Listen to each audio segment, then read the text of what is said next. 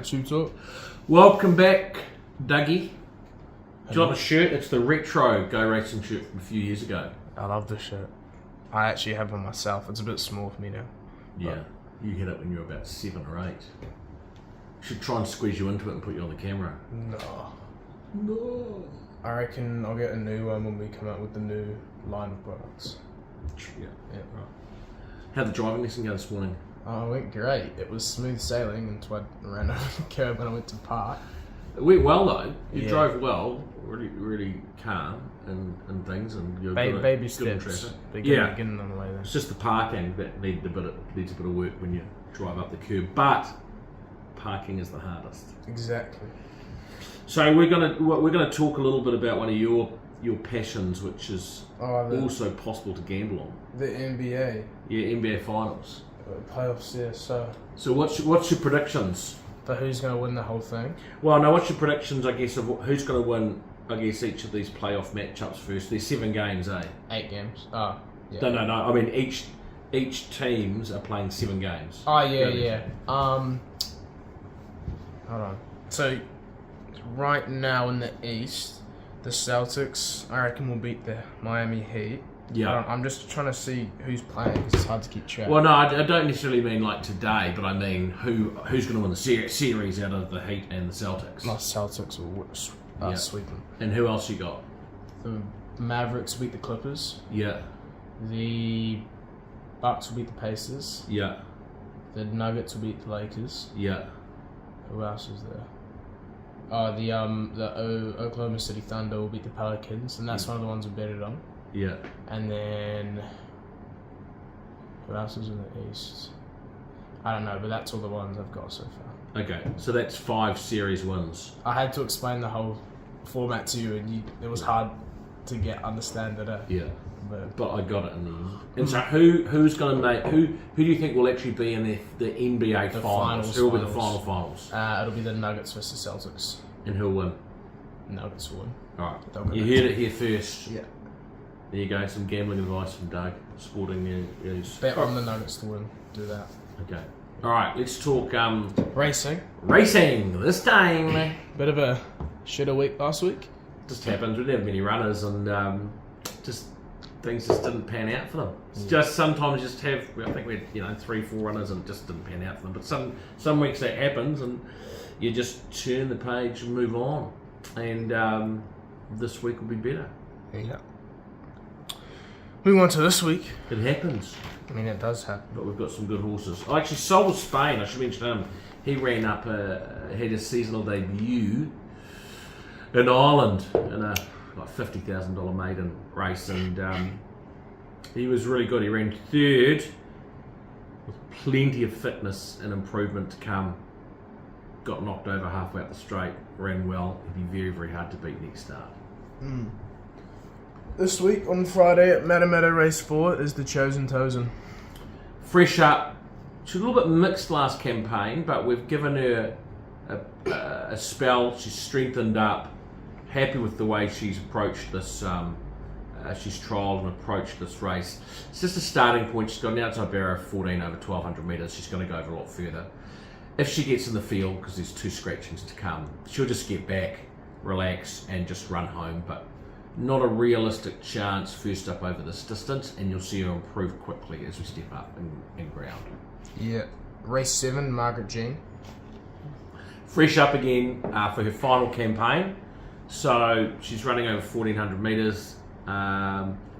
Again, she'll probably jump well. She does jump well fresh, sit handy. She'll run well enough, but it's too short for her. She's a stayer. If she can run 5th or 6th, we're going to be pretty happy. But it's just a starting point for her too. Then on Saturday at Te Rapa Race 7 is This Is Dramatic. Group 2 winner 2 starts back over a mile. Last start over 2,100 at Treatham.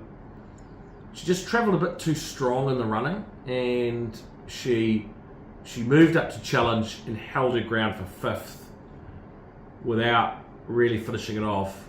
But she's run well over 2,900 before. I think the drop back an extra 100 metres to 2,000 suits. The weight for age scale against her own sex definitely suits. And I think with that one run over ground now under a belt, I think you'll see her settle a lot better and relax a lot better in the running. She's got an awkward barrier of 9, so Matt Cameron will have to decide early on what he's going to do. Probably just going to go forward or back. I think she can do either, and I think you'll see her. I think you'll see her run really well. I think you'll see her improve on her first start over ground last start. And she's certainly capable of winning and certainly capable of running the first 3. And at Kimber Grange, race 6 is Vadissimo. Having his very first start, Vadissimo, horse we really like, loads of ability. He's got a wide barrier of 10 though. It's going to make things difficult. He's going to have to go back, get cover, relax and finish off. Because of his barrier, if he'd drawn well, I would say he was a winning chance. Because of his barrier, I think you'll see him run well, but he's got a lot to learn, plenty of ability. He's probably a watch, but don't be surprised if he runs well, because he's got a lot of ability, but the barrier makes it awkward. Yeah, and then at Kyneton, race 2 is Outspeed. Another horse having his first start on debut. He's a Tavistock, he's a stayer, so he's going to get over more ground in this. He's going over 1,500 metres or 1,474. He's got a nice barrier draw of 3.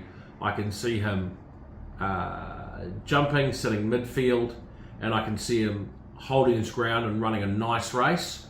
But he's going to be looking for 2,000 metres further. So I can see him running well, but he'll definitely improve with this as we step up in ground. And then on Sunday at Wingatilly, race 5 is Freedom Reigns. So Freedom Reigns, loads of ability, but just has had a few probably mental issues, I would say, more than anything. So we've started from scratch with her, given her a new environment. She's drawn well over 1,400. She trialled well last time. It'll be just jump, leave her alone, let her relax, and just let her relax and find her rhythm, and then let her finish off. She'll obviously improve with it, but I wouldn't be surprised to see her run very well. I wouldn't be surprised if she could run in the money, because if she puts her best foot forward, she'll beat this field. So she's a really interesting horse. Yeah. Then bit of the week. So on Saturday, at Te Rapa, race 8, Provence. In the Easter handicap, it's a lightly raced horse, loads of ability, finished off enormously last start, goes to the mile, is bred to love the mile, no weight on its back, 53 kilos. There's a lot of horses in this field that have kind of been at this level before and go okay at this level, but they're not really progressive past this level. This is a horse that looks like it is progressive past this level. Like it'll get, it looks like it is a genuine group horse. I think it's $7.50. I think it's really good money. I can see it settling midfield. I can see it finishing off very strongly, and I think it's really good money for probably the brightest up-and-coming talent in the field. So Provence is our bet of the week. And that includes TubeTalk. Thanks, Doug. We'll see you next week. Brother, son. Bye. So you think by a length, More Joyous is trying her heart out, but she can't go with him. Then came zipping over in a shootout, Who Be Got You. So you think with a big lead around the turn, 3 in front from More Joyous zipping, Who Be Got You flashing home on the outside, but So You Think is 3 in front. Who Be Got You ran to second from zipping, but So You Think wins his second. So You Think first.